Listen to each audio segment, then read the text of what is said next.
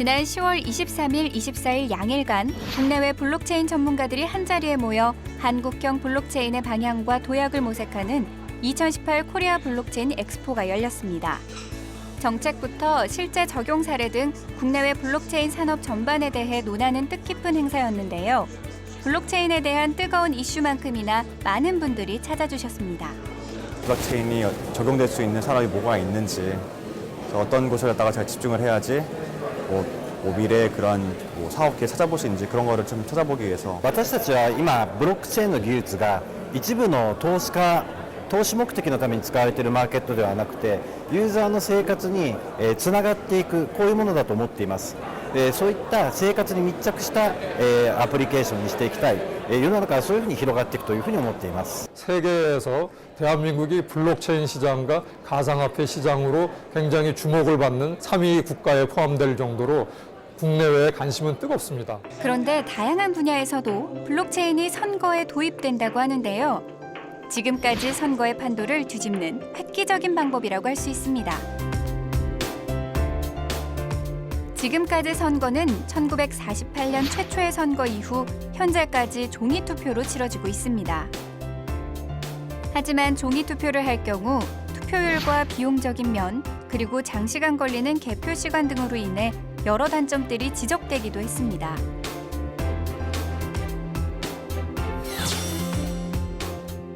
(2013년부터는) 스마트 앱과 PC로 투표 가능한 온라인 투표 시스템 K보팅이 등장해 화제가 됐는데요. 중앙선관위의 K보팅은 현재 다양한 선거에서 많이 쓰이고 있습니다. 하지만 보안적인 면에서 해킹 등의 우려가 있기에 주로 민간 선거에서만 쓰이고 있는 상황인데요.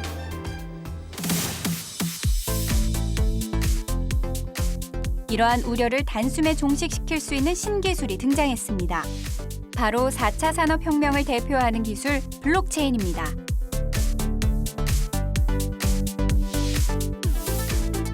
블록체인이 선거에 도입될 경우 보안은 물론 투표율과 비용적인 면의 모든 단점을 해결해 줄 수 있을 것으로 보이는데요. 그렇다면 블록체인이란 무엇일까요? 최근까지 화제를 모았던 암호화폐가 바로 블록체인 시스템을 기반으로 했다는 사실이 알려지면서 많은 분들이 블록체인에 관심을 갖게 됐습니다. 인터넷을 뛰어넘는 위대한 발명품이라는 블록체인. 하지만 들어는 봤지만 정확한 의미가 뭔지 모르는 분들이 더 많습니다. 블록체인은 간단하게 말씀드리면 디지털 정보를 신뢰성 있게 보관하고 공유하는 새로운 기술이라고 볼 수 있고요. 인류 역사적으로 신뢰 자체를 보장하는 기술이 그동안은 없었는데요. 블록체인 시대에 와서 신뢰 자체를 기술이 보장하는 그런 새로운 시대에 들어섰다고 볼 수 있습니다. 블록체인은 단순히 기술이 아니라고 하죠. 경제, 사회, 법제도, 나아가 철학까지 담고 있다고 하는데요. 4차 산업혁명의 새로운 기술, 블록체인이 적용되는 분야 중 하나가 바로 선거입니다. 기존의 전자투표를 뛰어넘는 기술이죠. 놀라운 선거혁명. 그렇다면 블록체인이 선거에 어떻게 적용이 되는지 좀 더 자세히 살펴볼까요? 블록체인 선거 시스템을 연구하고 있는 한 회사를 찾았는데요. 이곳에서는 현재 중앙선거관리위원회의 지능정보기술 기반의 차세대 선거 시스템 구축 정보화 계획 수립 사업에 참여해 블록체인 선거를 위한 시스템 개발에 한창입니다.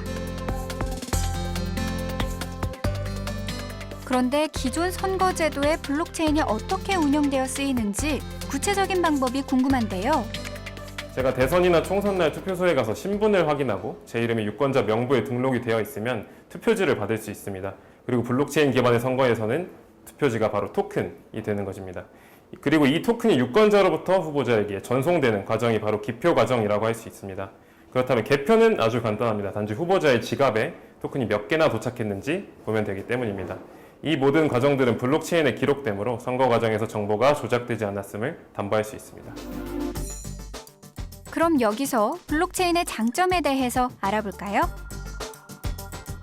먼저 스마트폰만 있으면 장소 구애 없이 어디서든 투표 참여가 가능하다. 일반적으로 대선이나 총선 때 우리나라 투표율은 높은 경우 50% 후반대, 낮을 경우 40% 후반대를 기록했습니다. 특히 젊은 층의 저조한 투표율 때문에 매번 선거 때마다 후보들은 젊은 층의 표심을 잡기 위해 다양한 전략을 펼치고 있는데요.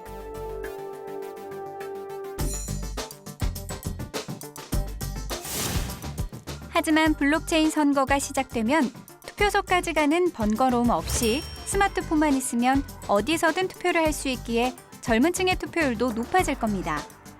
결국 전체적으로 투표율도 높아지고 안건에 대한 많은 이들의 생각을 수렴할 수 있습니다. 직접 민주주의에 좀 더 가깝다는 점에서 큰 장점이 있습니다. 블록체인 활용 전자투표 형태로 간다면 일단 비용 절감, 절차의 간소화, 그리고 무엇보다도 투표율의 향상이라는 그 효과가 있습니다. 그리고 블록체인 기술이 제대로 활용된다면 일단 공정성과 그다음에 명확성이라든가 이런 객관적인 부분에 있어서 기술적인 담보를 해준다는 점이 큰 장점인데, 일단 당장 걸 수 있는 가장 큰 효과는 투표율의 상승입니다. 투표율이 상승함으로써 정치 참여도가 늘어나고 이를 통해서 정치 효능감이 올라간다면 아마 민주주의에 있어서 기술이 제공해주는 직접 민주주의 실현이 가능할 거라고 봅니다. 두 번째, 위변조가 절대 불가능하다. 온라인 투표로 할 경우 해킹 등의 보안에 대해 100% 안전하다고 할 수 없는 상황인데요. 하지만 블록체인 기술은 중앙 집중형 단일 서버의 기록을 보관하지 않는다고 합니다. 수많은 컴퓨터에 동시에 데이터를 분산 저장하는데요. 몰래 기록을 위변조하고 싶으면 수많은 컴퓨터를 동시에 고쳐야 한다는 점에서 위변조가 이론적으로 불가능합니다. 블록체인을 하게 되면 투명하게 그 내역들이 전부 공개되면서도 프라이버시는 다 보호하게 온라인 투표 시스템을 만들 수도 있습니다. 그 부분은 또 블록체인의 특징인 그 블록에 있는 데이터들이 모두 이렇게 공유돼 있고, 그리고 그 내역이 이제 비가역적이라는 특징이 기반하고요. 또 블록체인은 어떤 그 하나의 중앙된 시스템으로 운영되는 것이 아니기 때문에, 예를 들어서 뭐 선관 시스템이 다운됐을 때 전체 투표가 문제가 생긴다, 이런 싱글 포인트 오브 페일리어 문제가 있을 수 있는데, 블록체인을 이용하면 전체 분산된 노드에서 운영되기 때문에 그런 부분에 있어서도 좀 더 보안적으로 안전하다고 말씀드릴 수 있습니다. 세 번째, 투표 결과를 바로 확인할 수 있다. 전자투표 시스템은 투표가 완료된 즉시 투표 결과를 확인 가능하기 때문에 블록체인 선거 역시 마찬가지인데요. 따라서 투표 관리 비용이 획기적으로 줄어들기 때문에 경제적인 측면에서도 장점이 많다고 합니다. 종이투표를 실시하는 경우에 1인당 평균 비용이 약 5,000원 정도가 소요되고요. 블록체인 온라인 투표 시스템이 도입되어서 운영되게 되면은 1인당 평균 비용이 약 400원 정도 소요될 것으로 예상하고 있습니다. 따라서 종이투표 대비 약 8%의 비용으로 투표 실시가 가능하고요. 그렇게 됐을 경우에 비용 절감 효과는 클 것으로 기대하고 있습니다. 해외에서는 이미 블록체인 선거가 시범적으로 운영되고 있는데요. 에스토니아에서는 세계 최초로 전 국민 전자 아이디 시스템과 전자투표 시스템을 도입하였는데, 여기에 쓰인 키 없는 전자서명 인프라가 넓은 의미의 블록체인 기술입니다.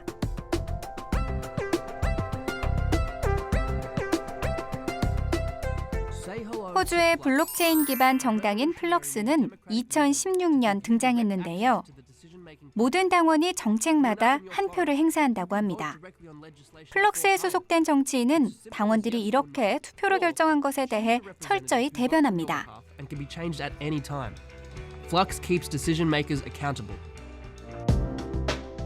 스페인 좌파 정당인 포데모스는 당내 의사결정 시스템에 블록체인을 활용한 아고라 보팅이라는 전자투표를 도입한 후 군소 정당에서 원내 3당으로 약진하기도 했습니다.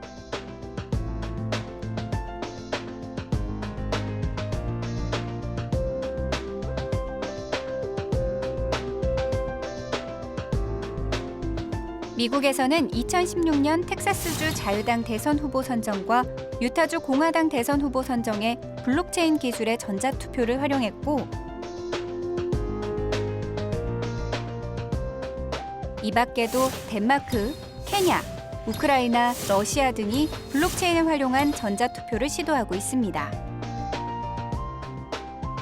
블록체인 기반 투표 시스템을 만들려고 하는 많은 노력들이 진행되고 있고요. 스페인의 포데모스라는 정당은 아고라 보팅이라는 블록체인 투표 시스템을 실제로 사용을 했고요. 미국의 나스닥도 주주 투표에 블록체인을 도입한 바 있습니다. 그런데 아직 익명성이라든지 프라이버시 데이터들이 안전하게 관리되지는 않기 때문에 그 부분에서는 활발하게 기술을 개발하는 단계라고 말할 수 있습니다. 최근 우리나라에서는 제주와 부산, 서울이 블록체인 시티 구상에 나섰습니다. 특히 서울시는 정책 과정에서 시민들의 의견을 묻는 블록체인 기반 전자투표를 계획하고 있습니다. 블록체인 기술 전자투표가 활성화된다면 많은 사람들이 자기의 어떤 투표권을 행사할 수 있는 부분들이 늘어날 것이라고 생각합니다. 지금은 절차나 비용 문제 때문에 소외되어 있던 정책 결정 부분에 있어서도 국민들의 참여가 높아질 건데, 다만 이제 한시적으로 이로 인해서 이제 국민들이 그에 대한 피로도를 호소한다던가 아니면 정확하게 그 내용들을 인지하지 못한 채 어떤 피상적인 표제들만을 보고 선택을 하게 됨으로써 약간의 이제 그 민주주의가 발전되는 과정에서 그런 부작용들이라든가 어떤 그런 과도기적인 현상들이 나타날 수 있다고 봅니다. 블록체인 이전의 전자투표 방식인 K보팅도 대의민주주의가 아닌 직접 민주주의로 한 발짝 나아간 첨단 시스템인데요.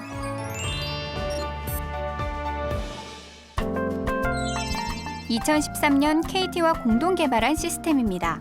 기존 투표 방식처럼 투표소에 가서 신분증으로 본인 확인을 거친 후 용지를 받아서 진행하던 것과 달리 PC와 모바일로 본인 인증 후 즉시 투표하는 방식입니다.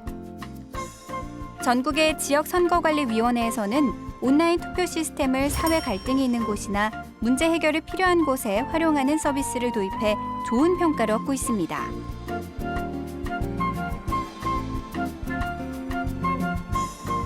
저희 서구선거관리위원회에서는 상시적으로 온라인 투표 시스템을 활용한 선거를 지원하고 있습니다. 학교나 아파트 임원 선거, 그리고 대학 총장 선거 등에서 투표 서비스 만족도가 높다 보니 이렇게 기관단체의 의사결정 등 그 활용 영역이 점차 커져가는 추세입니다. 이용 방법도 간단한데요. K보팅을 원하는 단체나 기관 등은 홈페이지 접속해 이용 신청서 작성한 후 관할 선관위에 방문해 이용 협약을 체결합니다. 승인이 완료되면 투표가 개설되고 수수료를 납부하면 이후 투표를 진행할 수 있습니다. 선거인의 경우 휴대폰 문자가 오면 관련 링크를 클릭하고 보안 문자를 입력한 후 투표하기를 선택하면 되는데요. 본인 인증 수단 중 기관단체 정보를 입력한 후 화면 속에 후보자를 선택하면 됩니다.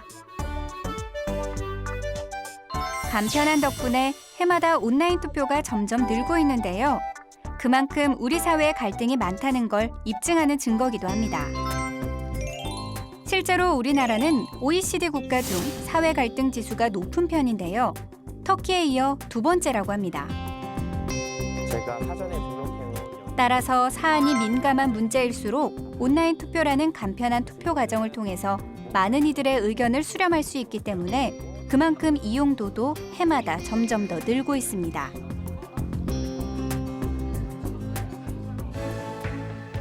주로 스마트폰에 친숙한 젊은 층이 많은 대학 선거에 특히 자주 쓰이고요. 민감한 문제들로 구석구석 갈등을 소지하고 있는 아파트 문제 역시 온라인 투표 시스템을 활용하고 있습니다. 나아가 최근에는 각 정당마다 정당 경선에도 온라인 투표가 도입되고 있는 만큼 생활 속에서 가깝게 자리매김하고 있는 중입니다.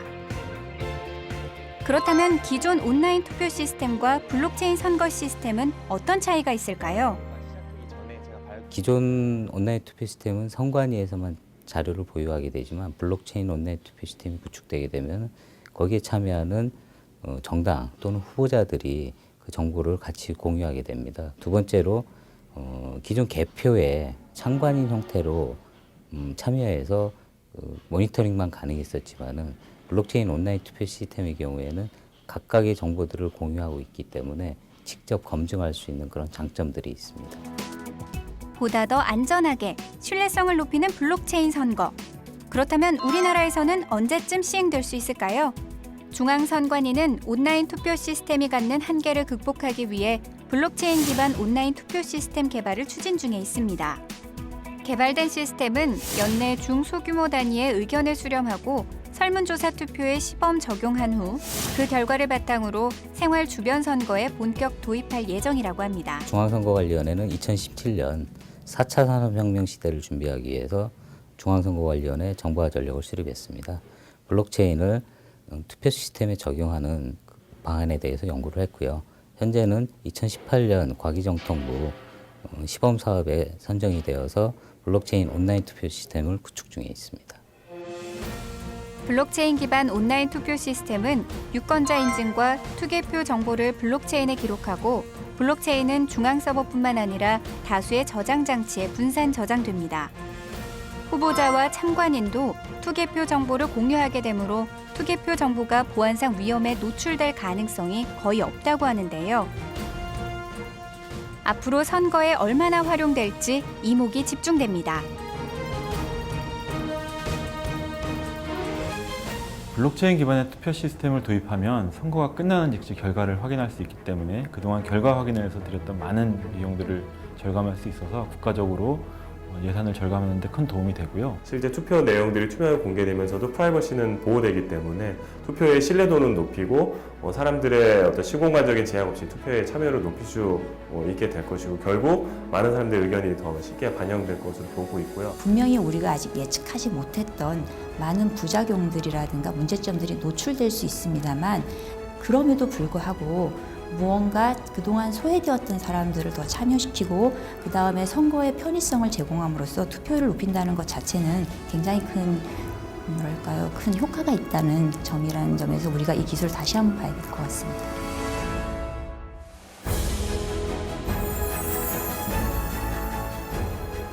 사회 갈등이 발생하는 문제를 해결할 때 시민은 참관이 아닌 참여를 원하죠.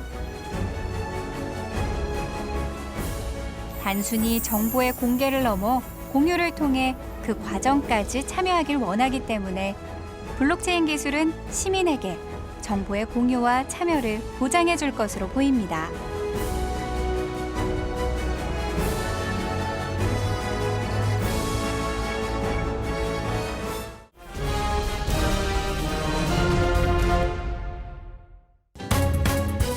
버락 오바마의 2012년 대선 당시 사용되었던 온라인 선거운동.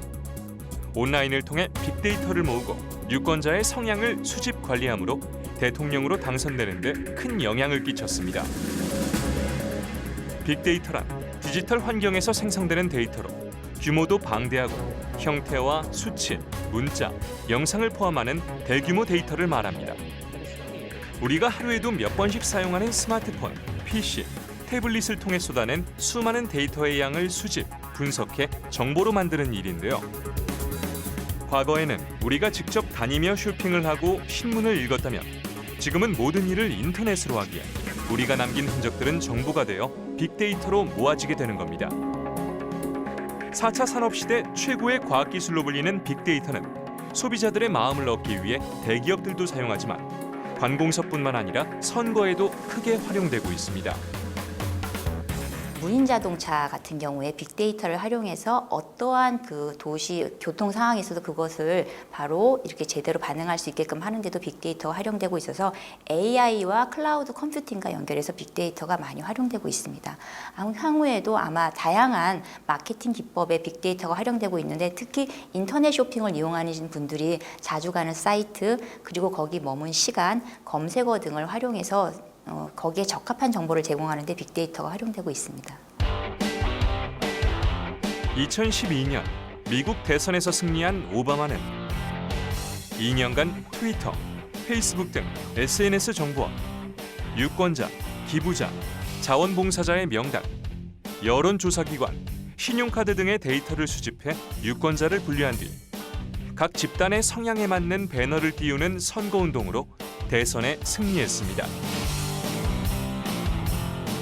오바마 대통령은 사실 2012년 재선에 굉장히 불리한 상황이었는데 숨어있는 유권자를 찾아내기 위해서 빅데이터의 수집 활용에 굉장히 적극적이었습니다. 마이크로 타겟팅이라는 기법을 이용해서 그 사람의 성별부터 연령, 직업, 그 사람이 구독하는 신문, 쇼핑몰, 그 사람이 가입한 커뮤니티까지 다 분석을 해서 그 사람이 관심 있는 이슈와 영향을 받을 수 있는 여러 가지 항목들을 나열해서 이 사람에 대해서 1대1 타겟팅을 통해서 설득하는 작업이 들어갔습니다. 이것을 바로 웹불고래 프로젝트라고 하는데 이 방법을 통해서 오바마 대통령은 굉장히 많은 유권자들을 확보했고 아시다시피 재선에 성공했습니다. 후보자뿐만 아니라 공정한 선거를 관리하는 선거관리위원회도 빅데이터를 활용해 유권자들에게 도움이 되는 정보를 제공하고 있습니다.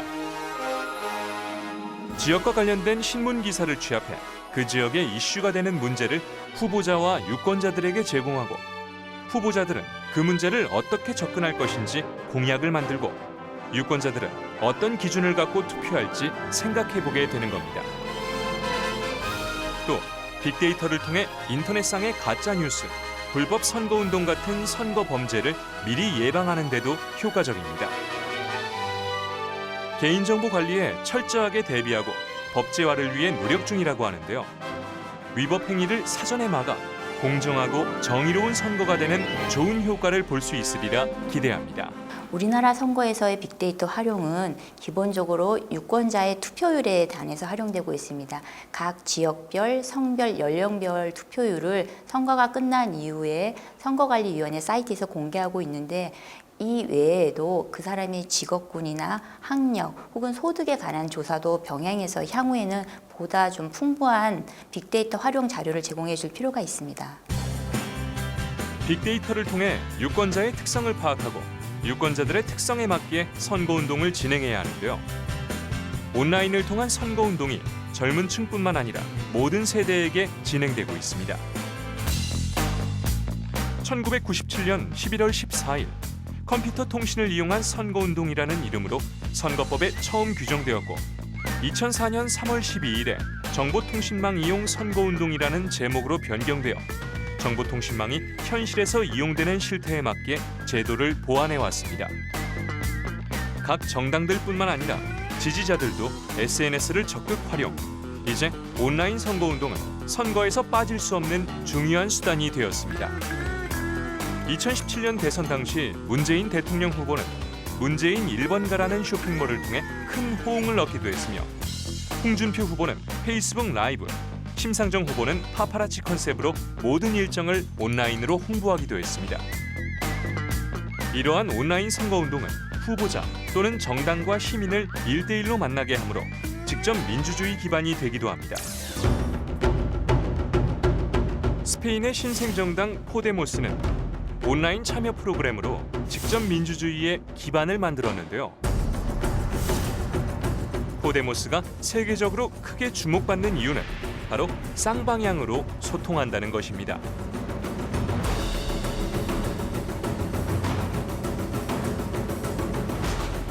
포데모스는 최고 의사결정기구인 시민총회, 지역별, 주제별 자치조직인 시르클로 등 오프라인과 함께 플라자 포데모스란 온라인 공론장을 통해 직접 민주주의를 구현하고 집행부는 아고라 보팅이라는 온라인 투표 시스템을 통해 선출되는데요.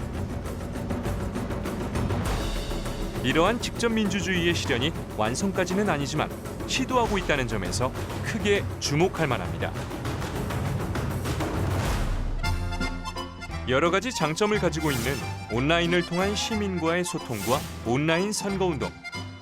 SNS는 국민과 양방향 소통이 가능하다는 것과 짧은 시간에도 글을 널리 퍼뜨릴 수 있는 파급력이 큰 장점을 가지고 있습니다. 하지만 이런 순기능만 있는 것은 아닙니다.